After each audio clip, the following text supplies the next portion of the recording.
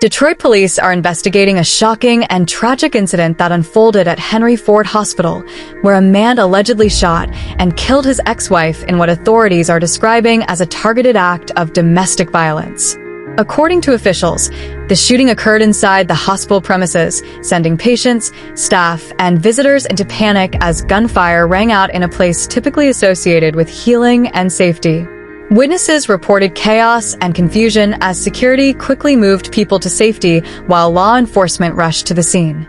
The victim, identified as the suspect's former wife, was pronounced dead shortly after the shooting despite efforts to save her. Investigators believe this was not a random act of violence, but a premeditated attack connected to a personal dispute between the suspect and the victim.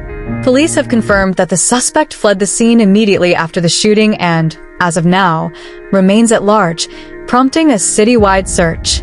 Authorities have not yet released the identity of the shooter publicly, but they emphasize that the man is considered armed and extremely dangerous. Detroit Police Chief James White stated that multiple units, including homicide detectives and tactical teams, are actively working to track him down. Law enforcement agencies are also coordinating with surrounding jurisdictions in case the suspect attempts to leave the city. Officials have urged the public to remain vigilant and to report any information regarding the suspect's whereabouts to the police immediately.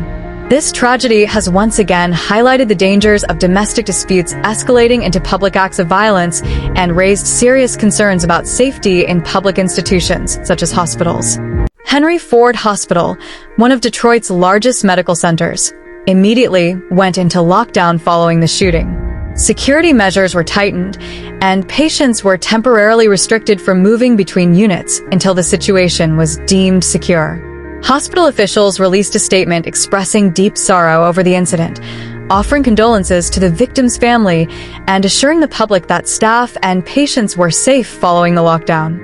The statement also emphasized that counseling services would be made available to employees and patients who were traumatized by the violent episode.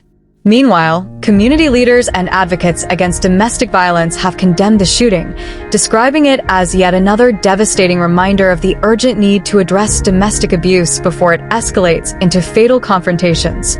As the search for the suspect continues, the Detroit community is left reeling from a senseless tragedy that turned a place of care and healing into the site of a heartbreaking loss.